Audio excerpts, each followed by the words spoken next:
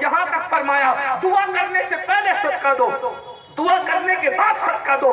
جو دعا صدقے سے پہلے اور صدقے کے بعد ہوتی ہے وہ دعا کبھی رد نہیں ہوتی. آقا ارشاد فرماتے ہیں اپنے بیماروں کا علاج صدقے سے کرو، بلکہ یہاں تک فرمایا اگر بیمار ہو جاؤ تو اللہ اکبر، ڈاکٹروں کی دوائیں جو اثر نہیں کرتی وہ صدقہ اثر کرتا ہے، صدقے کی اپنی برکتیں ہیں. اللہ اکبر. یہاں تک فرمایا صدقہ بلاؤں کو ٹال دیتا ہے. آسمان پر سے اترنے والی بلائیں جب تم صدقہ دیتے ہو، صدقہ آسمان پہ جاتا ہے، بلائیں نیچے آتی ہے، تو صدقے میں اور بلاؤں میں جنگ ہوتی ہے. آقا فرماتے ہیں صدقہ جیت جاتا ہے، بلائیں ہار جاتی ہے، آنے والی بلائیں ٹل جاتی ہے، صدقہ تقدیریں بدل دیتا ہے. جو مذہب صدقہ دینے کا حکم دیتا ہے، بتاؤ کیا کوئی غریب صدقہ دے گا کہ مالدار صدقہ دے گا؟ زکات غریب دے گا کہ مالدار دے گا؟ حج غریب کرے گا کہ مالدار کرے گا؟ آپ مجھے بتائیں. تو رسول اعظم سے لے کے غوث اعظم تک ہمارے مذہب میں کوئی غریب نہیں ہے. یہ بات میں بار بار دہراتا ہوں اور انشاءاللہ زندگی بھر دہراتا رہوں گا، کیونکہ اسلام بھکاریوں کا مذہب نہیں ہے، اسلام عطا کرنے والوں کا مذہب ہے، اسلام دینے والوں کا مذہب ہے، اسلام نوازنے والوں کا مذہب ہے. اسی لیے تو دیکھو غریب نواز کسی بادشاہ کے آستانے پہ نظر نہیں آتے، بادشاہ غریب نواز کی چوکھٹ پہ نظر آتے ہیں. غریب نواز بتا رہے ہیں کہ ہم لوگ فاقہ کش ہونے کے باوجود بھی کسی کے محتاج نہیں ہے، وقت کے تاجدار. جب تک زمین کے اوپر ہم ہیں تب بھی ہمارے محتاج رہیں گے، اور زمین کے اندر چلے جائیں گے تب بھی بادشاہ ہمارے محتاج رہیں گے. اسی لیے اکبر غریب نواز کی چوکھٹ پہ نظر آ رہا ہے، شاہجہاں غریب نواز کی چوکھٹ پہ نظر آ رہا ہے، اورنگزیب غریب نواز کی چوکھٹ پہ نظر آ رہا ہے. اللہ اکبر. شہاب الدین چاہے وہ غریب نواز کی چوکھٹ پہ نظر آ رہا ہے، التمش غریب نواز کی چوکھٹ پہ نظر آ رہا ہے، اور آج کے وزیر بھی غریب نواز کی چوکھٹ پہ نظر آ رہے ہیں. پتا چلا یہ وہ مالدار لوگ ہیں بھائی، یہ وہ مالدار لوگ ہیں جنہوں نے اللہ کو پا لیا نا، وہ پھر مالدار لوگ ہیں. اس لیے تم بھی مالدار بن، لیکن جیب کاٹ کے مالدار نہیں بننا، موبائل چرا کے مالدار نہیں بننا، سود کے دھندے کر کے مالدار نہیں بننا، بیاج کے دھندے کر کے مالدار نہیں بننا، بے ایمانی کر کے مالدار نہیں بننا، مسجد اور مدرسوں کے چندے کھا کے مالدار نہیں بننا. مالدار بننا تو اپنی محنت سے بننا، اس لیے کہ حلال سے جب مالدار بنو گے تمہاری نسلوں تک وہ دولت کام آئے گی. حرام سے بنو گے، حرام آتا تیزی سے ہے، جاتا تیزی سے ہے، حرام میں برکت نہیں ہے. تو میں کہنا یہ چاہتا ہوں مالدار بنیے. اللہ کے رسول نے فرمایا غربت کبھی کبھی انسان کو کفر تک لے جاتی ہے. یہ میرا چیلنج ہے، میں نے جمعہ میں یہ چیلنج کیا، آج مجمع زیادہ اس پہ پھر کہہ رہا ہوں. چیلنج سے میں بہت باتیں کم کرتا ہوں کیونکہ میں چیلنج والا آدمی نہیں ہوں، صوفیہ کا غلام ہوں، سیدھی سیدھی بات کرنا چاہتا ہوں لیکن چیلنج کرتا ہوں. رسول اللہ کے دور میں پورے مدینے میں ایک بندہ بتا دو جو مسلمان تھا اور بھکاری تھا، اس کا نام مجھے بتاؤ. ایک بھکاری بتاؤ مدینے میں. یہ مسلمانوں تمہاری تاریخ ہے. صدیق اکبر کے دور میں ایک فقیر کا نام بتاؤ جو مسلمان تھا اور بھکاری تھا. فاروق اعظم کے دور میں ایک مسلمان بتاؤ جو بھکاری تھا. تحقیق کرو، علم آ گیا نا تو تحقیق کرو. نہیں بتا سکتا. بلکہ انگریزوں نے ہندوستان کی تاریخ لکھتے وقت یہ کہا کہ شاہ جہاں کے دور میں بھی رستے پہ ہمیں کوئی بھکاری نظر نہیں آیا. یہ تمہاری تاریخ ہے. اور آج مسلمانوں کے حالات اس قدر نازک ہو گئے کہ مسلمانوں کی بیٹیاں برقع پہن کر کے سگنلوں پہ بھیک مانگ رہی ہیں. میں کہنا یہ چاہتا ہوں کہ جو لڑکیاں سگنل پہ بھیک مانگ رہی ہے نسب کے اعتبار سے امین القادری سے اس کا کوئی رشتہ نہیں، تم لوگوں کا بھی نسب کے اعتبار سے کوئی رشتہ نہیں. لیکن اگر برقع پہن کر کے وہ کلمہ پڑھ کے بھیک مانگ رہی ہے تو کلمے کا رشتہ تو ہے، کلمے کے رشتے سے وہ تمہاری بہن تو ہے. اس وقت تمہاری آنکھوں میں کیوں آنسو نہیں آتے جب تم رسول اللہ کی ایک امتی بیٹی کو بھیک مانگتے ہوئے سگنل پہ دیکھتے ہو؟ کوئی عیسائی مذہب کی لڑکی عیسائی مذہب کے لباس میں کبھی سگنل پہ بھیک مانگتے ملی؟ کوئی سکھ مذہب کی لڑکی سکھ مذہب کے لباس میں بھیک مانگتے سگنل پہ ملی؟ تو تمہاری بیٹیاں کیوں مل رہی ہے؟ کیونکہ تم کما نہیں رہے. غربت انسان کو کفر تک لے جاتی ہے. خود کماؤ. مسجد میں عبادت کرنا بھی ثواب ہے اور بازار بازار میں تجارت کرنا بھی ثواب ہے۔ ہمارا نبی خانقاہوں کی گدی پہ بیٹھ کر لوگوں کے نذرانے پہ پلنے والا نبی نہیں، ہمارا نبی شام کی منڈی میں تجارت کرنے والا نبی، ہمارا نبی مکے کی منڈی میں تجارت کرنے والا نبی، ہمارا نبی مدینہ منورہ کی منڈی میں تجارت۔ میرے جملے سخت ہو تو مجھے یہی معاف کر دینا، لیکن نشتر جو لگاتا ہے وہ دشمن نہیں ہوتا۔ گدیوں پہ بیٹھ کر کام چوری کا سلسلہ بعد میں شروع ہوا ہے، صدیوں کے بعد، ورنہ میرے آقا نے اپنا کام خود کیا، بلکہ جب لوگ نذرانہ لے کر آئے تو فرمایا قرآن کے لہجے میں، لا اسألکم علیہ اجرا، مجھے تمہاری کوئی ضرورت نہیں ہے۔ یہ نبی مانگنے کے لیے نہیں، یہ نبی دینے کے لیے آئے۔ جس غوث اعظم کی محفلیں کرتے ہو، وہ غوث اعظم اس زمانے میں نہ ٹرین کا دور ہے، نہ پلین کا دور ہے، نہ سائیکل کا دور ہے، نہ رکشہ کا دور ہے، نہ موٹر سائیکل کا دور ہے، گھوڑے اور کھچروں کے دور میں میرے پیران پیر غوث اعظم کا اتنے بڑے تاجر تھے کہ کئی ملکوں میں آپ کا مال تجارت جاتا تھا۔ ملک شام تجارت جا رہا ہے، ملک شام تجارت کا قافلہ جا رہا ہے، ملک یمن تجارت کا قافلہ جا رہا ہے، کئی ملکوں میں غوث پاک کی تجارت تھی، اور اتنے مالدار تھے غوث پاک، اتنا مہنگا کپڑا پہنتے تھے کہ اتنا مہنگا کپڑا بادشاہ کو بھی میسر نہیں آتا تھا، اور وہ بھی ایک ہفتے تک نہیں پہنے رہتے تھے وہ مہنگا کپڑا، بلکہ آج پہنا اور کل اتار کے کسی غریب کو پہنا دیا، اتنا مہنگا۔ جو بادشاہ بھی نہیں پہنتا تھا وہ غریب کو پہنا دیتے تھے دوسرے دن۔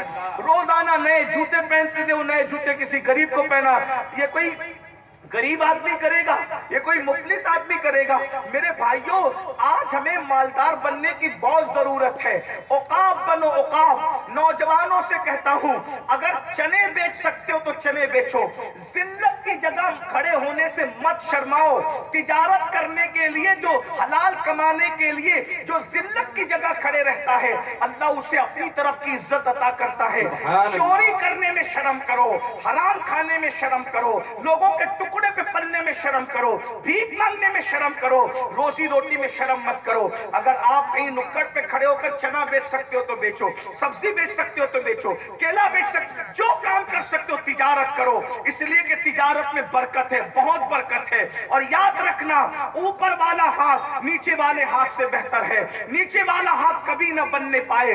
اگر تم کما کر کے بہت کروڑوں پتی بن گئے تو دوسروں کے لیے کماؤ، دوسروں کے لیے کماؤ، اور یاد رکھنا، جو دوسروں کو دیتا ہے وہ کبھی قلاش نہیں ہوتا، وہ کبھی مفلس نہیں ہوتا۔ میرے جوانوں، دراصل آج تمہیں انٹرنیٹ کی سہولیات اس لیے دی گئی ہے تاکہ تم رات کے 3 بجے تک جگتے رہو اور صبح پھر تم سوتے پڑے رہو، 12-1 بجے تک سوتے پڑے رہو۔ جو 12-1 بجے تک سوئے گا وہ مارکیٹ میں کب جائے گا، وہ دکان کب کھولے گا، کب وہ جو ہے وہ دکانداری کرے گا؟ میرے بھائی، احساس کرو، احساس، ستاروں کے آگے جہاں اور بھی ہے، ابھی عشق کے امتحان اور بھی ہے۔ میں بار بار یہ بات کہہ چکا ہوں، یہاں بھی کہتا ہوں، مسلمانوں کے لیے سازش ہے، ان کو غریب کر دو، ان کو جاہل کر دو، پھر ان کا ایمان چھیننا آسان ہو جائے۔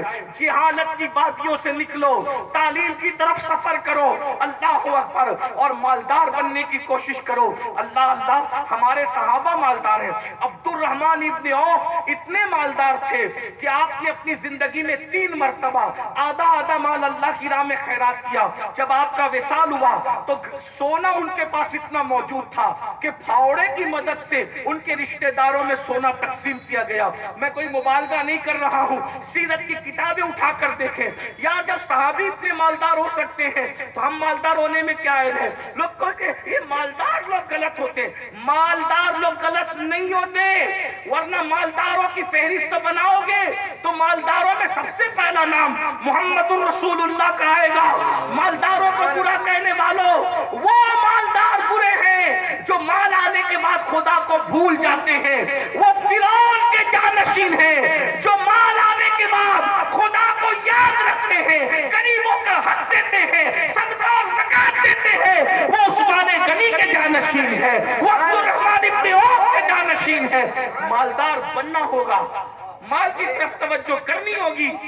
میں تو یہ کہتا ہوں، ہم دنیا میں جو لوگ کپڑے پہن کے مٹکتے ہیں ان سے مہنگے کپڑے تم پہنو تاکہ کوئی تمہیں حقیر نہ سمجھے۔ لوگ جتنے مہنگے جوتے پہن کے نکلتے اتنی محنت کرو، اس سے مہنگے قیمتی جوتے برانڈ کے آپ پہن کے نکلو میرے جوانوں، تاکہ مسلمانوں تم کو کوئی حقیر نہ سمجھے۔ مجھے ایک بات یہاں یاد آئی، ایک مرتبہ میرے امام موسیٰ کاظم علی جدہ علیہ السلام بہت مہنگے جوتے پہن کے بادشاہ کے دربار میں گئے۔ بادشاہ ہے، جیسی مہنگے جوتے امام موسیٰ کاظم کے پیر میں دیکھا اس سے برداشت نہیں ہوا، جل گیا اور جل کے کہا موسیٰ کاظم تو سید ہے، نبی کا جانشین ہے، اتنے مہنگے جوتے پہن کے آتا ہے؟ مسکرا کے کہتے ہیں اسی لیے تو اتنے مہنگے پہنتے ہیں کہ تم جیسوں کی اوقات یہی ہے کہ ہمارے پیروں کو دیکھتے رہو، ہمارے چہرے کو دیکھنے کی ہمت نہ کرو، اور جوتے ہی تکو بادشاہ ہو کے ہمارے جوتے ہی تکو، چہرے تک نگاہ لانے کی تمہاری اوقات نہیں ہے۔ جب غیرت میں بات کرتے تو شان سے بات کرو، غیرت مند بنو، بے غیرت مت بنو۔ آج سب سے زیادہ غربت مسلمانوں میں، ٹیلنٹ آپ کے پاس ہے کیوں نہیں کرتے؟ بلکہ آپ ہندوستان کی تاریخ اٹھا کر کے پڑھیں، یہی ہندوستان ہے انگریزوں کی آمد سے پہلے کلکتہ کے ایک تاجر کے پاس اتنی دولت ہوا کرتی تھی کہ اتنی دولت برطانیہ کے شاہی خزانے میں نہیں ہوتی تھی۔ اب یہاں کچھ لوگ کہتے ہیں نہیں اللہ والے بننے کے لیے مال وال کی کیا ضرورت ہے۔ میں نے کہا اب دو باتیں سن لیں، عنوان میں نہیں ہے لیکن اب آ گئی تو سن لیں۔ محمود غزنوی کا نام سنا ہے؟ سنا نہیں سنا؟ سنا کہ نہیں سنا ہے؟ ہاں سنا تو بول دو نا، تو کیا کوئی پابندی ہے محمود کے نام پہ؟ بھئی نام نہیں سنا تو کوئی بات نہیں، سنا تو بتا دو، اور زبردستی بھی ہاں بولنے کی ضرورت نہیں، کہ کوئی مشاعرہ نہیں ہے کہ سمجھ میں آئے تو بھی ہاتھ اٹھاؤ، نہیں سمجھ میں آئے تو بھی۔ یہ تو محفل ہے رسول اللہ کی۔ محمود غزنوی ایک ملک پر 7 حملے کرتا ہے، ایک ملک پر۔ محمود غزنوی دنیا میں کوئی ایک ملک کا پتہ نہیں، جو بھی ملک ہے جو بھی رہا ہوگا، لیکن ہمیں کیا ضرورت ہے، ملک کوئی بھی رہے، وہ ملک پہ 7 بار اس نے حملہ کیا، لیکن ملک والے اتنے طاقتور تھے ہر بار محمود کو ہرا دیا۔ اب محمود 7 بار حملے کر کے اتنا تھکا، اتنا پیسہ اس کا خرچہ ہو گیا کہ محمود اس پوزیشن میں نہیں تھا کہ اس ملک پہ حملہ کرے۔ غور کرنا، یہ حملے پر کوئی میں بات نہیں کر رہا ہوں، میرا عنوان وہ نہیں، میں جو عنوان ہے وہ کرنا چاہتا ہوں، بات توجہ کرنا۔ تو محمود سے اس دور کے صوفی شیخ ابو الحسن خرقانی نے، صوفی کا مطلب کیا؟ ایک دم میلے کچیلے کپڑے پہننے والا، جس کا خود کا گھر نہ ہو، یہی سب ہے نا، جو لوگوں کے آگے بھیک مانگتا پھرتا وہی صوفی، یہی سب، یہ تو تم نے گڑھ رکھا ہے۔ اصلی صوفی بیان کر رہا ہوں، سنیے۔ محمود شیخ ابو الحسن خرقانی محمود سے پوچھتے ہو محمود تو نے اتنے حملے فلاں ملک پہ کیے تو اب یہ حملہ کیوں نہیں کر رہا ہے؟ تو محمود نے کہا مرشد کیا کروں، میں حملہ کرتے کرتے اتنے روپے خرچ کر چکا ہوں، دولت خرچ کر چکا ہوں کہ میری ساری دولت ختم ہو گئی ہے شاہی خزانے کی۔ اب میں حملہ کروں تو میرے پاس مال نہیں ہے کہ میں فوجیوں کو تنخواہ دوں، فوج کو لے جانا ہے تو بڑی تنخواہیں دینی پڑے گی، تو میں کہاں سے لاؤں؟ تو امام ابو الحسن خرقانی نے فرمایا کہ میرے پاس ہے، میں تجھے قرضے دیتا ہوں، اگر تو جیت کر آئے گا تو لوٹا دینا، ہار گیا تو میں تجھے معاف کر دوں۔ صوفی قرضہ دے رہا ہے بادشاہ کو، صوفی قرضہ دے رہا ہے بادشاہ کو۔ اور آج صوفی کا مطلب یہ، برا مت ماننا صوفی لوگ جو سامنے بیٹھے ہوں، میں صوفیوں کا غلام ہوں۔ صوفی کا مطلب یہ کہ آنے والے کی جیب پہ نظر کی یہ دے گا کتنا، اور لعنت ہے ایسی زندگی پہ جو اللہ سے توقع ہٹا کے تم بندوں پہ توقع لگا۔ بے شک بے شک۔ اقبال نے کہا تھا خدا سے بتوں سے تجھ کو امید ہے، خدا سے نامیدی۔ اقبال کہتا ہے صوفی تو وہ ہوتا ہے جو سب سے دامن چھڑا کے نیلا یار کا ہو جاتا ہے۔ وتبتل الیہ تبتیلا، وتبتل الیہ تبتیلا، فرمایا کہ سب سے کٹ کر خدا کے ہو جاؤ۔ تو صوفی تو وہ ہوتا ہے، آقا فرماتے میں نے میری بیٹی کا نام فاطمہ اس لیے رکھا کہ وہ سب سے کٹ کے خدا کی ہو گئی ہے۔ اگر تصوف اس کا نام نہیں تو کس کا نام ہے؟ اللہ اکبر وتبتل الیہ تبتیلا. میں حافظ نہیں ہوں، اگر قرآن کی آیت میں غلط پڑھ رہا ہوں تو مجھے یاد دیں.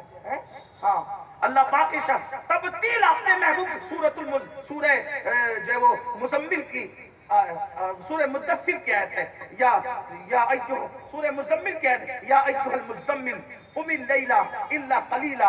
اور آگے پھر ارشاد ہوتا ہے تبتیلا کہ آپ سب سے کٹ کر اللہ کے حضور وتبتل الیہ تبتیلا اپنے رب کے ہو جائے، سب سے کٹ کے اپنے رب کے ہو جائے. ہاں تو صوفیاء کرام سب سے کٹ کے رب کے ہو جاتے. تو اقبال کہتے ہیں لوگوں سے امیدیں لگانے والوں کیا ہے؟ بتوں سے تجھ کو امیدیں خدا سے نامیدی. بتوں سے تجھ کو امیدیں خدا سے نامیدی. مجھے بتا تو صحیح اور کافری کیا ہے؟ اور کہتے ہیں نگاہ فقر میں شان سکندری کیا ہے؟ نگاہ فقر میں شان سکندری کیا ہے؟ خراج کی جو گدا ہو وہ قیصری کیا ہے؟ خراج کی جو گدا ہو وہ قیصری کیا ہے؟ اور بتوں سے تجھ کو امیدیں خدا سے نامیدی. مجھے بتا تو صحیح اور کافری کیا ہے؟ تو وہ صوفی کیسے ہو سکتا ہے جو خدا سے مایوس ہو کر لوگوں سے امید لگائے کہ یہ مجھے آ کے دے گا؟ ارے صوفی تو وہ تھا جو محمود غزنوی کو کہہ رہا تھا کہ اگر تیرے پاس نہیں ہے تو میں تجھے قرض دیتا ہوں. اور دوسرا صوفی سن لیجئے، پھر بات آگے بڑھاتا ہوں اینڈ کی طرف. ان سے بڑا صوفی کہاں سے لائیں؟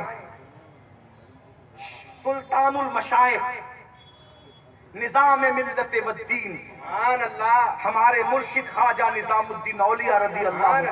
سبحان اللہ. آج سے تقریباً 600-650 سال پہلے محبوب الہی کے یہاں جو لنگر بنتا تھا اس کا خرچہ اس دور میں 200 تھا. سبحان اللہ. 650 سال پہلے 200 منتھلی لنگر کا خرچہ، یعنی آج اس کو اگر حساب کریں تو کروڑوں میں رقم جاتی، کروڑوں میں. بے شک. بادشاہ جل بھن گیا، پورے دلی کو کھلاتا یہ کلندر. کوئی ہمارا سپاہی اب نظام الدین سے ملنے نہیں جانا، کیونکہ تم جاتے ہو نذرانہ پیش کرتے ہو، نظر دیتے ہو، اس سے وہ کماتے ہیں اور پھر لنگر کرتے ہیں، لوگوں کو کھلاتے ہیں، لوگوں کے دل میں اپنی محبت بٹھاتے ہیں. اعلان ہو گیا کہ کوئی سپاہی ملنے نہیں جائے گا آج سے نظام الدین کی خانقاہ میں. کیا ہوا؟ اس کا یہ مطلب نہیں کہ آپ بزرگوں کو جائے تو نظر نہ پیش کریں. میں یہ آپ کو ترغیب نہیں دے رہا ہوں، میں یہ کہہ رہا ہوں کہ صوفی کو آپ دے تو وہ قبول کرتا ہے، سنت ہے، لیکن وہ لالچ نہیں کرتا. ورنہ ہمیں تو یہ درس دیا گیا. ہمارے مرشد سرکار مخدوم اشرف جہانگیر سمنانی فرماتے ہیں جب بھی کسی بزرگوں سے ملو، چاہے زمین کے اوپر ہو یا زمین کے اندر، تو کبھی خالی ہاتھ نہیں ملنا. سبحان اللہ. ہمارے مرشد کی یہ تعلیم ہے. اس لیے ہم جب بھی اپنے بزرگوں سے ملتے ہیں کبھی خالی ہاتھ نہیں ملتے. یہ اور بات ہے، لیکن ہم یہ کہتے ہیں کہ لالچ نہیں رکھتا جو بزرگ ہوتا ہے، اس لیے بزرگوں سے ملو تو خالی ہاتھ نہیں ملو. اور پھر جملہ کتنا زبردست کہا مرشد نے، کہا خالی ہاتھ نہیں جانا. اور پھر کہتے جو بزرگوں کے یہاں خالی ہاتھ جاتا نہیں وہ خالی ہاتھ کبھی واپس بھی نہیں آتا. سبحان اللہ. سبحان اللہ. اسی لیے بزرگ زمین کے اندر ہو تو عطر لے جاؤ، شیرنی لے جاؤ، پھول لے جاؤ، چادر لے جاؤ، خالی ہاتھ مت جاؤ. اور اگر زمین کے اوپر ہو پھر اس کی ضرورت کی جو چیزیں پیش کر سکتے ہو پیش کرو. آپ کو خالی ہاتھ، ہمیں خالی ہاتھ نہیں جانا. لیکن یہ جو آرٹیفیشل جو صوفی ہوئے ہیں نا، جو لالچ کرتے، میں انہیں ان کا رد کیا. اصلی جو صوفی ہے میں ان کا رد ہوں، میں تو غلام ہوں. ان کا رد کرنے کا مطلب یہ ہے کہ اپنے ایمان کا طوطا اڑانے کا مترادف ہے نا، اس لیے ان کا رد نہیں کیا جا سکتا. یہ بات ہے. تو میں بات اس کر رہا تھا مرشد سرکار محبوب الہی کی 200 کا خرچ تھا منتھلی. بادشاہ کو غصہ آیا، ان سے کوئی ملنے نہیں جائے گا، ان سے کوئی ملنے نہیں جائے گا، تاکہ نہ ملنے جاؤ گے نہ نذرانہ ہوگا.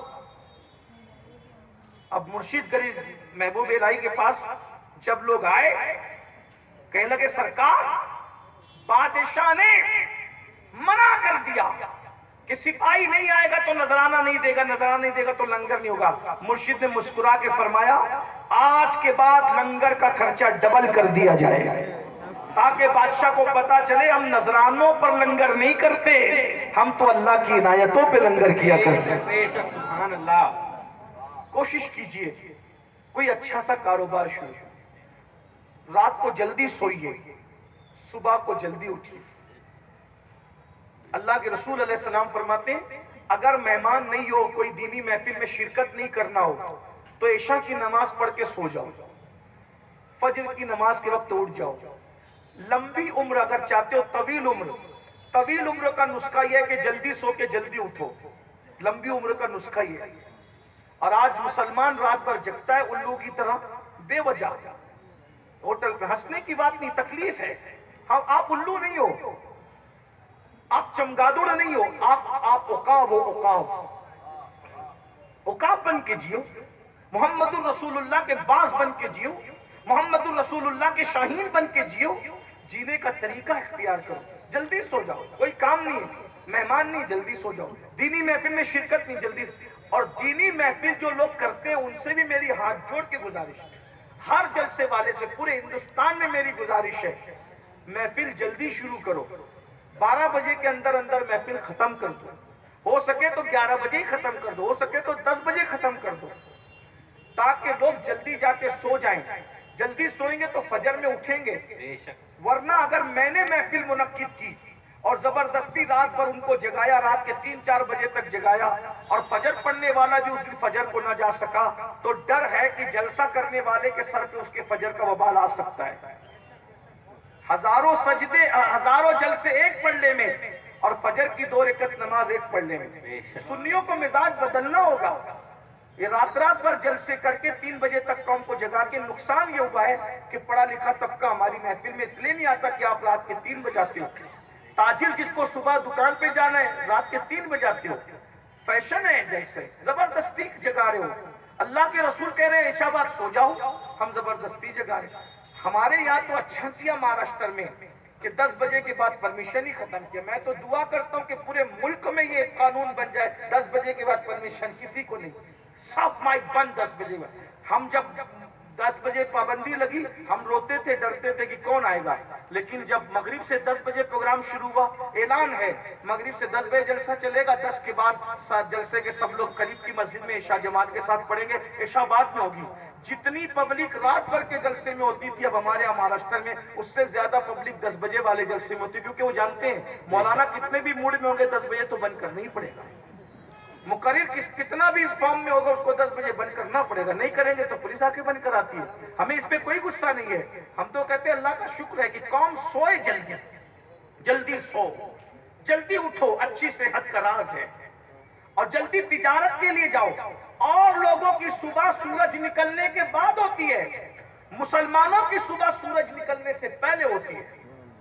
سب کا دن سورج نکلنے کے بعد ہوتا ہے، ہمارا دن سورج نکلنے سے پہلے ہوتا ہے۔ اللہ کے رسول صلی اللہ علیہ وآلہ وسلم نے ایک صحابی کو دیکھا فجر کی نماز پڑھ کے چلے مارکیٹ کی طرف، تجارت کی طرف، تو کچھ صحابہ نے کہا یا رسول اللہ اس دنیا دار کو دیکھیے کہ یہ کیسے نماز پڑھ کے فوراً جو وہ مارکیٹ جا رہا ہے تجارت کے لیے، مسجد میں نہیں بیٹھ رہا ہے۔ آقا فرماتے ہیں حلال کمانے کے لیے جا رہا ہے تو یہ مسجد میں بیٹھنے والوں سے افضل ہے۔ سبحان اللہ۔ اللہ کے رسول علیہ السلام فرماتے ہیں جو محنت کرتے کرتے جس کا جسم تھک جاتا ہے اللہ اس تھکے ہوئے جسم پر جہنم کی آگ کو حرام فرما دیتا ہے۔ سبحان اللہ۔ جو محنت کرتے کرتے جس کا پسینہ بالوں سے ٹپکتا ہے اللہ کے رسول فرماتے ہیں گناہ کے قطروں کو لے کر کے وہ پسینہ ٹپکتا ہے، اور جو پسینے سے شرابور ہوتا ہے حلال کمائی کے لیے اللہ تبارک و تعالیٰ اس کو گناہ سے ایسے پاک کر دیتا ہے جیسے وہ ابھی اپنی ماں کے پیٹ سے پیدا ہوا۔ یا آپ کیا سمجھتے ہیں حلال روزی کو پرموٹ کرو۔ اور کچھ نوجوان دیکھو کبھی زندگی میں ایسا آتا ہے کہ آپ محنت کر رہے ہیں، کام کر رہے ہیں، مال کما رہے ہیں، تو اس میں کیا ہوتا ہے آپ کبھی ناکام ہوتے ہیں نا، ناکام ہو کے کبھی ہمت مت ہارنا، اللہ سے کبھی مایوس مت ہونا، اللہ کی رحمت سے کبھی مایوس مت ہونا۔ اگر آپ ایک دھندے میں ناکام ہوئے تجارت میں، دوسرے دھندے کی طرف توجہ کرو، دوسرے دھندے کے لیے ناکام ہوئے تیسرے دھندے کی طرف توجہ، آپ کامیاب ہوں گے کیونکہ اللہ کا وعدہ ہے جو محنت کرتا ہے اللہ محنت کرنے والے کو کبھی ناکام نہیں فرماتا۔ ہمارے امام اعظم ابو حنیفہ کتنے بڑے تاجر تھے، میں تو حیران ہوں، ہمارا پیر تاجر، ہمارا نبی تاجر، ہمارا امام تاجر، یہ سب تاجر لوگوں کی دنیا ہے۔ انہوں نے خود کمایا، دوسروں کو کھلایا۔ امام اعظم ابو حنیفہ اتنے بڑے تاجر تھے میرے بھائی، آپ کی کپڑے کی تجارت تھی، امام اعظم کی کپڑے کی، غوث پاک کی بھی کپڑے کی تجارت۔ کپڑے کی تجارت برکت والی ہوتی ہے۔ یہ جو آج ہوتا ہے شادی ہو رہی ہے، قرضہ لو، بینک سے لو، سود سے لو، کیوں کرتے ہو؟ کماؤ جماؤ، اللہ برکت دے گا، اس پہ صدقہ نکالو، زکات 2.5% زکات نکال دو گے نا تو تمہارا مال اللہ کے قلعے میں محفوظ ہو جائے گا۔ اور جس کا مال اللہ کے قلعے میں محفوظ ہو گیا، اب اس کو کوئی چوری نہیں کر سکتا، اس کو کوئی ہڑپ نہیں کر سکتا، اس کو آگ نہیں جلا سکتی۔ ایمانداری کے ساتھ، دیانتداری کے ساتھ پوری رقم زکات کی نکال دیا کرو، تمہارا مال محفوظ ہوگا اللہ کے قلعے میں۔ ارے بادشاہ کے قلعے میں محفوظ ہو جائے تو اس کو کوئی کچھ نہیں کر سکتا، جو اللہ کے قلعے میں محفوظ ہو اس کو کوئی کیسے کچھ کر سکتا ہے؟ کرو، کوشش کرو۔ امام سری سکتی تاجر تھے اتنے، یہ کون ہے سری سکتی؟ غوث پاک کے مرشدوں کے مرشد ہے، تاجر تھے۔ سید الطائفہ جنید بغدادی تاجر تھے۔ آپ سمجھ رہے ہیں یہ صوفی ولی لوگ جو ہیں یہ ایسے آج کل دیکھ کر کے آپ ٹینشن میں ہو، یہ دین بدل، جیسے آج کے مسلمان کو شراب پیتا دیکھ کر کوئی سمجھے کہ اسلام میں شراب ہے، اس کی غلط فہمی ہے کہ نہیں ہے؟ غلط فہمی اس کی۔ اگر مسلمان شراب پی رہا ہے تو اسلام کا شراب سے کوئی تعلق نہیں، اس کی غلطی ہے۔ ویسے ہی اگر آج کل کا کوئی بزرگ بن کر کے لوگوں کا پیسہ ہڑپ کر رہا ہے تو یہ تصوف نہیں ہے، یہ بزرگی نہیں ہے۔ بزرگی یہ ہے کہ بزرگ خود پلتے نہیں تھے، اوروں کو پالتے تھے، وہ لوگوں کو پالتے تھے۔ ہمارے بزرگوں نے لوگوں کو پالا ہے میرے بھائیوں۔ اور آج بھی یہ بزرگوں کی اتنی بڑی بڑی پراپرٹی ہے، یہ جو وقف کی پراپرٹی پہ جھگڑا چل رہا ہے، یہ وقف کی پراپرٹی کس کے باپ کی ہے کیا؟ بتائیے۔ یہ بادشاہوں نے جو ہزاروں ایکڑ زمین غریب نواز کے نام پہ دی، محبوب الہی کے نام پہ دی، اس بزرگ کے نام پہ، اس بزرگ کے نام پہ، تو بزرگ لوگ آج بھی مالدار ہیں۔ جتنی زمینیں لوگ محنت کر کے نہیں کما پائے، قبروں میں سونے والے بزرگ اس سے زیادہ زمیندار ہیں۔ اور میں نجف اشرف پہنچا، نجف اشرف، تو ایک دوست نے مجھے بتایا کہ کتنا 23 یا 27 ٹن سونا سرکار مولا علی کے مزار میں لگا ہوا ہے۔ تو میں چلتے چلتے رک گیا، میں نے کہا میرے مرشد کی شان دیکھو، سیدوں کے باپ کی شان، کہ آج کسی کے گھر کی تجوری میں اتنا سونا نہیں ہے علی جتنا اپنے گنبد پہ لگا کے بیٹھے ہوئے ہیں۔ سبحان اللہ، سبحان اللہ۔ اس کا مطلب آج بھی علی سے بڑا مالدار کوئی نہیں ہے۔ بے شک، سبحان دنیا اللہ۔ میں کسی کے روزے پہ اتنا سونا نہیں جتنا سونا میرے مولا کے روزے پر ہے۔ سبحان اس کے بعد امام حسین کے روزے پر ہے، اس کے بعد شہزادگان امام حسین کے سب سونے کے کلش میں سو رہے ہیں اور بتا رہے ہیں اندر جتنی بڑی جنت ہے اس کا نظارہ کرنا ہو تو ذرا اوپر دیکھ لو۔ جب اوپر کی چمک دمک کا یہ عالم ہے تو اندر کی چمک دمک کا عالم کیا ہوگا؟ لوگ مٹی میں مل گئے، کوئی فاتحہ پڑھنے والا نہیں ہے، لیکن 24 گھنٹے ان آقاؤں کے دربار پہ میلہ لگا ہوا ہے۔ اوپر سونے کی چمک ہے، اندر جنت کی چمک ہے۔ یہ اللہ والوں کی شان ہے، یہ ان آقاؤں کی شان ہے۔ کچھ سمجھو، کچھ زندگی کو سمجھو، کچھ کوشش کرو، کچھ کاوشیں کرو، محنت کی طرف آؤ۔ تو میں بات کرنے چلا تھا، سرکار غوث اعظم کہتے ہیں انا البازی و اشہب کل شیخ، میں ولایت کی دنیا کا باز ہوں۔ تو جو باز ہوتا ہے، باز وہ کسی کا دوسرے کا کیا ہوا شکار، وہ تو ولیوں کی دنیا کے بعد باز تھے، انہوں نے کسی سے کچھ نہیں لیا، انہوں نے ڈائریکٹ رسول اللہ سے لیا، ڈائریکٹ مولا علی سے لیا۔ اس کو تصوف کی دنیا میں نسبت اویسیہ کہتے ہیں کہ بیچ میں کوئی حائل نہیں ہوتا، ڈائریکٹ رسول اللہ تربیت کرتے ہیں، یہ شان غوثیت معاف کی ہے۔ اب آخری بات، جو باز ہوتا ہے نا، باز، جدید تحقیقات کے مطابق باز ہزاروں میل اوپر اڑ کر بھی وہ جو دیکھتا ہے وہ سمندر کے اندر بھی دیکھتا ہے، اگر اس کا شکار سمندر کے اندر ہے تو۔ یہ میں اپنی طرف سے نہیں، آپ تحقیق کیجیے۔ یہ جو غوث پاک کی نظر پہ اعتراض کرتے، میں کہتا ہوں کم سے کم باز کو مانا نا، باز کو تو باز اشہب کو بھی مان لو۔ اتنے میل، ہزاروں میل اوپر رہ کر اپنے شکار پہ نظر رکھتا ہے، اگر شکار پانی کے اندر ہے تو بھی اس پہ نظر رکھتا ہے۔ ارے جب وہ پرندہ ہو کر اللہ نے اس کو یہ نظر عطا اپنے شکار پہ نظر رکھتا ہے ہزاروں میل کے فاصلے سے، تو غوث اعظم اگر اپنے مریدوں پہ نظر رکھتے ہیں تو اس میں تکلیف کی کیا بات ہے؟ جب باز کی نظر یہ ہے، باز کے متعلق تحقیق یہ ہے کہ وہ تقریباً 60 کلومیٹر مربع 60 کلومیٹر مربع، یعنی چاروں طرف سے وہ باز دیکھتا ہے۔ 60 کلومیٹر اس کی نظر ہے۔ پرندے کو اللہ نے اتنی نظر دی تو اپنے محبوب کے محبوب بیٹے غوث اعظم کو کتنی نظر دی ہوگی۔ اب غوث اعظم کی نظر سن لو جو ولایت کی دنیا کے باز ہے، کہتے نظر تو الی بلاد اللہ جمعا کخردلۃ علی حکم اتصالی، کہ میں اللہ کے شہروں کو ایسے دیکھتا ہوں جیسے تم ہتھیلی پہ رائی کا دانہ دیکھتے۔ سبحان اللہ، سبحان اللہ۔ یہ غوث پاک کی نظر ہے۔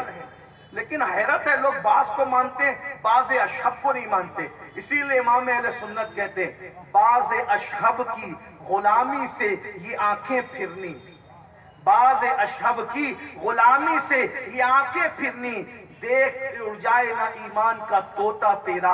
اگر بعض اشہب سے آنکھیں پھیرو گے، ان سے بغاوت کرو گے، ان کی باتوں کا انکار کرو گے تو تیرا ایمان خطرے میں پڑ جائے گا۔ اب غوث اعظم کی نظر کو ملاحظہ کرو، کیا نظر ہے میرے مرشد حضور غوث اعظم کی۔ باز کی نظر 60 کلومیٹر مربع میٹر پہ دیکھتی ہے، غوث اعظم کی نگاہوں کا عالم کیا ہوگا۔ اب ذرا غوث پاک کی نگاہ، غوث اعظم کہتے ہیں وہ تو میری زبان پر شریعت کی پابندی ہے، ورنہ میں جو تم کھا کے آتے ہو وہ بھی بتا سکتا ہوں، اور جو بچا کے آتے ہو وہ بھی بچا سکتا ہوں۔ اللہ نے حضور غوث اعظم کو کیسی نگاہ عطا فرمائی ہے، ذرا دیکھیے اور اندازہ کیجئے آپ کن بزرگوں کے دامن سے وابستہ ہو، کن بزرگوں کے دامن سے وابستہ ہو۔ ایک مرتبہ ایسا ہوا کہ بغداد معلیٰ میں جب غوث اعظم کے خوب چرچے ہوئے، ان کے علم کے چرچے، ان کے تقوی کے چرچے، ان کی ولایت کے چرچے، تو کچھ لوگوں کے پیٹ میں درد ہوا، کچھ لوگوں کے پیٹ میں درد۔ ظاہر سی بات ہے، غوث پاک جب محفل سجاتے تو 70 ہزار لوگ غوث پاک کی محفل میں بیان سننے آتے، اور 400 لوگ غوث اعظم کی تقریر کو لکھنے کے لیے بیٹھا کرتے تھے۔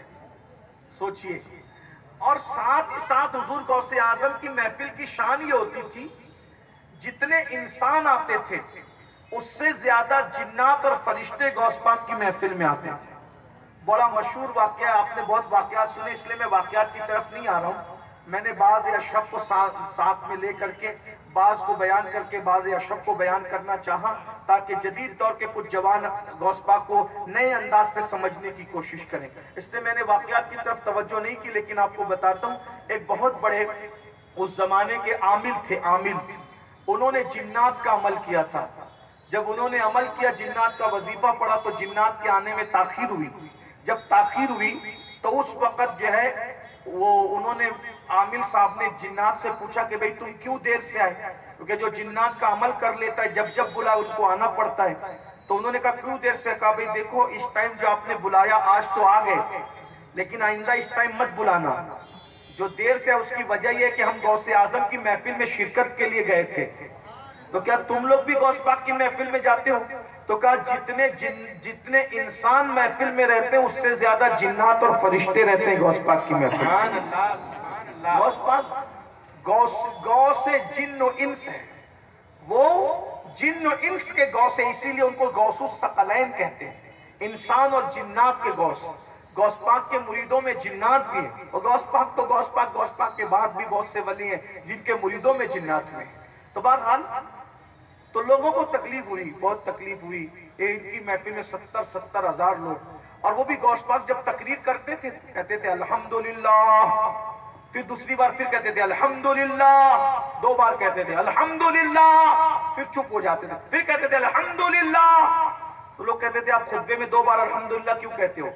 تو کہتے جب میں پہلی بار الحمدللہ کہتا ہوں نا تو پوری دنیا میں جتنے ولی ہیں جب میری آواز سنتے ہیں الحمدللہ کی تو سارے کام چھوڑ کر کے اپنے گھروں میں، خانقاہوں میں میرا آواز سننے کے لیے بیٹھ جاتے ہیں۔ یعنی غوث پاک تقریر کرتے تھے بغداد شریف میں، اور ولی لوگ سنتے تھے اپنی اپنی خانقاہوں میں، اپنے اپنے گھروں میں۔ بلکہ صرف سنتے نہیں تھے، غوث پاک کی زندگی پر سب سے مستند کتاب ہے بہجت الاسرار. جتنے لوگوں نے غوث پاک کی زندگی پہ کتابیں لکھی ہے، بہجت الاسرار کو دلیل بنائے بغیر کوئی آگے بڑھ ہی نہیں سکا. سب کو بہجت الاسرار کا سہارا لینا پڑا. اس بہجت الاسرار میں ایک واقعہ لکھا ہے. لوگ کہتے کہانی قصہ، میں نے کہا یہ 700 سال پرانی کتاب ہے بہجت الاسرار، جس کا میں حوالہ پڑھا کہ ولی لوگ صرف غوث پاک کا بیان سنتے نہیں تھے بلکہ دیکھتے بھی تھے. اور دیکھنے کا واقعہ بیان ہوا کہ ایک مرتبہ سرکار غوث پاک خطاب میں اتنے جوش سے بیان کرتے، جوش. کچھ لوگوں کو جوش والے بیان سے بھی تکلیف ہوتی ہے کہ یہ سنی لوگ جوش میں بیان کیوں کرتے ہیں. میں نے کہا گفتگو اور خطاب میں فرق ہوتا ہے. خطاب میں جوش ہونا چاہیے، یہ بزرگوں کی سنت ہے. ہاں، آج کل کے لوگوں کو جوش سے بھی تکلیف ہے. میں نے کہا جہاں عشق ہوتا ہے وہیں جوش بھی ہوتا ہے. اگر آپ میں نہیں ہے تو پھر آپ اس کا رونا کیوں روتے ہیں؟ تو سنیوں کے جو بیان جوشیلے ہوتے ہیں، لیکن بہرحال جوش میں ہوش نہیں کھویا جائے. بہرحال تو عرض کیا کر رہا تھا، ایک بار جوش میں، اور جوش میں جو آواز نکلتی تھی نا غوث پاک کی، ان کے نانا کے معجزہ کا ان کو صدقہ ملا تھا. 70,000 کا مجمع ہوتا تھا. پہلا بندہ جو سنتا تھا آخری بندہ بھی وہی سنتا تھا. 70,000 کا مجمع. ایک دن ہوا یوں کہ غوث پاک کا خطاب جوش میں چل رہا تھا اور امامہ کھل گیا، امامے کا پیچ کھل گیا یوں ایسے، اور اتنے جوش میں تھے کہ خیال نہیں رہا کہ غوث پاک کا امامہ کھل گیا. ہمارے بزرگوں کا طریقہ ہے جب یہ واقعہ بیان کرتے ہیں تو امامے کا پیچ جب مرشد کا کھل جائے تو ہمارا کیوں رہے، ہم بھی کھول کے رکھ دیتے مرشد کے ادب میں. ان کا کھل گیا تو ہم نے بھی کھول دیا، یہ ادب کا تقاضا ہے. ہاں، مرشد کا کھلا تو ہمارا کیوں رہنا چاہیے. کھل گیا. جیسے مرشد کا امامہ کھلا، جتنے مجمع میں مشائخ اور علماء تھے سب نے اپنے اپنے امامے ادب میں کہ مرشد کا پیچ کھل گیا ہمارے سر پہ امامہ کیسے رہے، سب نے اپنے اپنے امامے ٹوپیاں مرشد کے قدموں میں رکھ دیا ادب کی. سب نے قدموں میں رکھ دیا. جب مرشد بیان کرتے کرتے خیال آیا کہ امامہ کھل گیا، مرشد نے درست کیا اور فرمایا سب اپنے اپنے امامے اٹھا لو. جب غوث پاک میں ہمیں سب اپنے اپنے امامے اٹھا لو، سب نے امامے اٹھا لیے. ایک دوپٹہ وہاں رہ گیا، ایک دوپٹہ رہ گیا وہاں. سرکار غوث اعظم نے وہ دوپٹہ اٹھایا اور اپنے کندھے پہ رکھا. جب کندھے پہ رکھا تو ایک نسوانی، ایک عورت کا ہاتھ ظاہر ہوا اور اس نے وہ دوپٹہ وہاں سے ہٹا لیا اور کندھے سے دوپٹہ غائب ہو گیا. بہجت الاسرار ہے، 700 سال پرانی کتاب. لوگوں نے غوث پاک سے پوچھا حضور سب کے امامے اٹھ گئے، وہ دوپٹہ آخری میں کیوں بچا؟ تو فرمایا کہ یہاں سے دور ایران کی سرزمین پہ، غوث پاک بیان کہاں کر رہے ہیں؟ بغداد عراق میں. کہا یہاں سے دور ایران کی سرزمین پہ ایک ولیہ رہتی ہے میری بہن. بہن کا مطلب ایمان کے رشتے کی بہن. میری بہن ایک ولیہ رہتی ہے. جب میرے امامے کا پیچ کھلنے پر تم نے اپنے اپنے امامے میرے قدموں میں رکھ دیے تو وہ ایران میں بیٹھ کر میرا بیان سن رہی تھی، ادب میں اس نے بھی اپنا دوپٹہ میرے قدموں میں رکھ دیا. جب میں نے کہا سب اٹھا لو تو تم نے اٹھا لیا، اور جب اس کی باری آئی تو اس کا دوپٹہ میں نے کندھوں پہ رکھا، اس نے وہاں سے ہاتھ بڑھا کر اپنا دوپٹہ اٹھا لیا. سبحان اللہ، سبحان یہ اللہ. غوث پاک ہے بھائی. لوگ کہتے ہیں غوث پاک تمہارے سمجھ میں نہیں آتے، سنیوں نے کیسے گڑھ رکھا ہے. میں نے کہا جو سمجھ میں آئے وہ غوث پاک ہو ہی نہیں سکتا.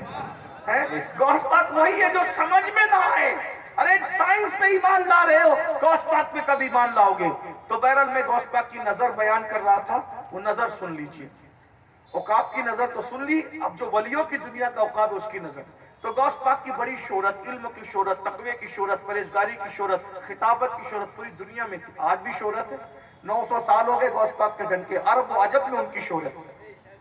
کچھ لوگوں کو تکلیف ہوئی، اور جن کو تکلیف ہوئی وہ بڑا طبقہ علم والا تھا. انہوں نے مشورہ کیا کہ 100 اہل علم مل کر غوث پاک کی بارگاہ میں جائیں گے اور ان کی محفل میں 100 لوگ امتحان کے طور پہ الگ الگ سوال کریں گے اور ان کو الجھا دیں گے. اب 100 لوگ الگ الگ سوال کریں، وہ بھی علم والے، تو آدمی کی پوزیشن کیا ہوگی؟ بھائی تقریر کرنا آسان ہے، لیکن بالکل کسی نے سوال کیا اور اس کو اسی وقت فی البدی جواب دینا، یہ سب کے بس کی بات، کیونکہ ہر مسئلہ ذہن میں موجود تھوڑی ہوتا ہے، ہر حدیث ذہن میں ہر وقت موجود نہیں، ہر آیت کبھی کبھی ایسا ہوتا ہے کہ سورہ فاتحہ زبان پہ نہیں آتی. میں شکر کے طور پہ کہہ رہا ہوں، تحدیث نعمت کے لیے کوئی بڑائی کے طور پہ سورہ مزمل میں روز پڑھتا ہوں. آج میری زبان پہ سورہ مزمل کی آیت نہیں آ رہی تھی. اللہ کی شان ہے. ہمارے سلسلے قادریہ برکاتیہ کا یہ وظیفہ ہے کہ روزانہ سونے سے پہلے 3 بار سورہ مزمل مریدوں کو پڑھنا ہے، تو ہم روزانہ اس کو الحمدللہ پڑھتے ہیں. اور سورہ مزمل کی برکات یہ ہے کہ انسان مستجاب الدعوات ہوتا ہے. روزی کے معاملے میں کبھی پریشان نہیں ہوگا. آپ پڑھ کے دیکھیے سورہ مزمل، پڑھ کے دیکھیے. لیکن اللہ کی شان ہے، قرآن ہے. کبھی کبھی سورہ فاتحہ زبان پہ نہیں آتی تو بہت، اور یہ اللہ کی شان ہے کہ انسان مغرور نہ ہو جائے اپنے علموں پہ. سبحانک لا علم لنا الا ما علمتنا انک انت العلیم الحکیم. اللہ کی پناہ چاہتے ہیں. ایک مرتبہ ایسا ہوا کہ میں نماز پڑھانے کے لیے کھڑا ہوا تو پیچھے بڑے بڑے علماء مشائخ تھے، اور ثنا تو پڑھ لی، سورہ فاتحہ زبان پہ نہیں آ رہی. سوچا کیا کروں. زندگی کے بڑے تلخ تجربات ہیں. بہرحال دعا کریں اللہ آخری دم تک قوت حافظہ سلامت رکھے، اور کبھی تکبر نہ ہے. اللہ ہمیشہ تکبر سے، اللہ تکبر سے محفوظ رکھے. بہرحال مرشد کا امتحان لینے کے 100 لوگ، وہ بھی بڑے بڑے بغداد کے علماء، اور وہ بھی علماء. بھئی آج عالم بننا آسان اس لیے ہے کہ ہمارے ناظم صاحب لوگ بڑے سخی ہیں. اتنے سخی نکل کے ہمارے ناظم، اللہ انہیں سلامت رکھے، کہ ہر بڑی داڑھی والا علامہ، ان کو پتہ ہی نہیں ہے بیچاروں کو کہ عالم میں بھی، مولانا میں بھی اور علامہ بھی بڑا فرق ہوتا ہے. ہر عالم علامہ نہیں ہوتا، ہر عالم علامہ نہیں ہوتا. مولانا میں اور عالم میں مولوی، مولانا، علامہ، ملا، یہ ایک الگ الگ اصطلاح ہے. ملا اس کو کہا، آج تو ملا گالی بن گیا ہے. ایک دور میں ملا اس کو کہتے تھے جو دینیات کے تمام شعبہ جات کا ہیڈ ہوتا تھا، اس کو ملا کہتے ہیں. آج کل تو داڑھی دیکھی تو ملا جی کہنے ہیں. تو آج تو ملا مذاق بن گیا، گالی بن گیا. آپ نے سنا اسلام میں چند ہی لوگوں کے ساتھ ملا لگا ہوا علمی دنیا میں. ملا علی قاری، جانتے ہو ملا علی قاری کون؟ یہ ملا علی قاری وہ آدمی ہے جو بیک وقت مفسر ہے، محدث ہے، شارح حدیث ہے، مورخ ہے. اتنا بڑا آدمی. اور یہ بھی کہہ دوں اتنا بڑا آدمی جو بخاری کا شارح ہے اور ملا ہے، وہ غوث اعظم سے اتنا متاثر ہے کہ انہوں نے غوث پاک کی شان میں 3 کتابیں لکھی. غوث پاک، پھر غوث پاک. نبیوں کی دنیا میں سب سے زیادہ جس پہ لکھا گیا وہ رسول اللہ ہے، اور ولیوں کی دنیا میں سب سے زیادہ جس پہ لکھا گیا وہ غوث اعظم ہے. غوث پاک ہے. جس دن لوگ غوث پاک کو سمجھیں گے، ان کے قدموں سے لپٹے تو سمجھ میں آئے گا.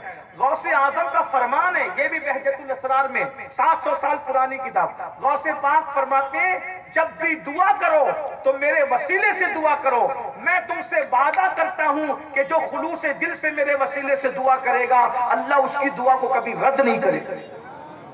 یہ مقبول دعاؤں کا راز ہے، مقبول دعاؤں کا. اب میں ایک پردہ اور اٹھا دیتا ہوں آپ کے سامنے. جب 11ویں نمبر کے بیٹے کا وسیلہ لے کر کے کوئی دعا کرے تو اللہ اس کی دعا رد نہیں کرتا، تو پہلے نمبر کی جو بیٹی ہے اس سیدہ کے وسیلے سے جو دعا کرے، اللہ اس کی دعا کو رد کیسے کرے گا؟ سبحان اللہ.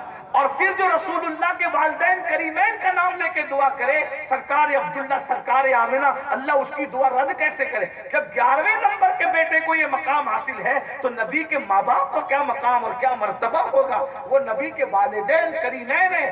ماں باپ ہونے کے اعتبار سے ان کا کوئی ثانی نہیں ہے، ان کا کوئی مد مقابل نہیں ہے. ارے جس نے رسول اللہ کو 9 مہینے تک اپنے پیٹ میں رکھا. میں یہاں پر بس اتنا کہہ کے آگے بڑھنا چاہتا ہوں، نبی کے ماں باپ کا وسیلہ دے کر دعا کرو، پھر دیکھو تمہاری دعا کی شان کیا ہوتی ہے. بس 2 جملے میں بات پوری کرنے لگا ہوں، پھر آگے بڑھ کر بات ختم کرتا ہوں. آج رسول اللہ جس قبر کی گود میں آرام کر رہے ہیں، اس قبر کے بارے میں سنی ہو، دیوبندی ہو، ان کا عقیدہ یہ ہے کہ رسول اللہ جس قبر کی گود میں آرام کر رہے ہیں وہ قبر جس سے رسول اللہ کے جسم سے جو مٹی لگی ہوئی ہے وہ مٹی کعبے سے افضل ہے، وہ مٹی عرش سے افضل ہے، وہ مٹی جنت سے افضل ہے۔ اب مجھے بتاؤ، ارے جب مٹی پہ حضور آرام کرنے لگے تو وہ کعبے اور عرش سے افضل ہو جائے تو وہ پیٹ جس میں رسول اللہ 9 مہینے تک آرام کیے ہو، اس شکر میں آمنہ کے مقام اور مرتبے کا اندازہ کون کر سکتا؟ سبحان اللہ سبحان اللہ بے شک، سبحان اللہ۔ قبر کی گود کی عظمت مان لی، رسول اللہ کی ماں کی عظمت کب مانو گے؟ بہت معافی کے ساتھ کہوں، اسی زمین پر کچھ ایسے مولوی بھی جیتے ہیں جو نبی کی امی جان کو کافر کہتے ہیں۔ کیا کہا جائے، انہیں کیسے سبق دیا جائے؟ پھر آپ لوگ کہتے ہو یار آپس میں آپ لوگ لڑتے کیوں ہو؟ میں نے کہا تمہاری ماں کو کوئی گالی دے گا تو تم نہ لڑو گے؟ تو نبی کی ماں کو جو کافر کہتے ہیں پھر ہم ان سے نہ لڑیں؟ آپ ہمیں مشورہ، تم اپنی ماں کے دشمن سے لڑو گے، ہم نبی کی ماں کے دشمن سے نہ لڑیں؟ ہمیں ایسی صلح کلیت نہیں چاہیے، ہمیں ایسی کوئی شرافت نہیں چاہیے۔ ہمیں لوگ گالیاں دیں گے کہ مولوی لڑتے، ہمیں یہ لڑنے کا تمغہ، لڑاکو کا تمغہ منظور ہے، لیکن ہم اپنی ماں کے نام پہ نہیں لڑ رہے ہیں، ہم نبی کی ماں کے نام پہ لڑ رہے ہیں۔ نبی کی ماں کو کافر کہتے ہوئے ان مولویوں کو شرم نہیں آتی؟ ان کی ماں کو کوئی گالی دے گا تو ان کے ماتھے پہ پسینے آتے ہیں۔ نبی کی ماں کو اتنی بڑی گالی دی، اور تم لوگوں بھی بے شرمی کا مظاہرہ کرتے ہو کہ ایسے لوگوں کے پیچھے جا کے نمازیں پڑھتے ہو۔ قیامت کے دن رسول اللہ پوچھیں گے نا، جو میری ماں کو کافر کہتے تھے تم ان کے پیچھے نمازیں پڑھتے تھے، جاؤ اپنی نمازوں کا حساب کرو۔ ہمارا کام تو بول کے جانے، ہم بول رہے ہیں، ہمارا کام ذمہ داری پوری کرنا ہے، کرے۔ آپ ہمیں گالی دو کہ منظور ہے، خوشی سے قبول کرو کہ ہمارا کام ہے وما علینا الا البلاغ، پہنچانا ہمارا کام ہے، ہمیں ہدایت دینا کام نہیں۔ لیکن جو حقیقت ہے ہم آپ کو بتا کر جا رہے ہیں، تمہاری ماں کو جو گالی دے تم اس کے پیچھے نمازیں نہیں پڑھتے، نبی کی ماں کو اور نبی کے ابو جان کو جو گالی دے کفر کی، کافر سے بڑی گالی دنیا میں کبھی پیدا نہیں ہو سکتی۔ سب سے بدترین گالی دنیا میں کافر کی گالی ہے، یہ گالی بدترین نبی کے ماں باپ کو دی گئی، اور تم ان کے پیچھے نمازیں پڑھ رہے ہو۔ تم ایسے لوگوں کی نماز جنازہ پڑھ رہے ہو، ایسے لوگوں سے رشتہ داریاں کر رہے ہو۔ تم جانو تمہارا کام جانو، ہمارا یہ کام تھا ہم بتا دیں۔ اسی لیے بریلی کے قلندر نے کہا دشمن احمد پہ شدت کیجئے، ملحدوں کی کیا مربت کیجئے، غیب میں جل جائیں بے دینوں کے دل، یا رسول اللہ کی کثرت کیجئے۔ شرک ٹھہرے جس میں تعظیم حبیب، اس برے مذہب پہ لعنت کیجئے، کیجئے چرچا انہی کا صبح و شام، جانے کافر پر قیامت کیجئے۔ میں یہ نہیں کہہ رہا کہ جھگڑا کرو، میں یہ نہیں کہہ رہا مار پیٹ کرو، میں یہ نہیں کہہ رہا گالم گلوچ کرو، نہیں، میں صرف اتنا کہہ رہا ہوں جو نبی کے ماں باپ کو کافر کہنے والا مسلک ہے ان سے دور رہو، ان کو اپنے سے دور رکھو۔ وہ تمہاری محفل میں آئے ان کے لیے تعظیم نہ کرو، کیونکہ جو نبی کے ماں باپ کی تعظیم نہیں جانتے ہم ان کی تعظیم نہیں جانتے۔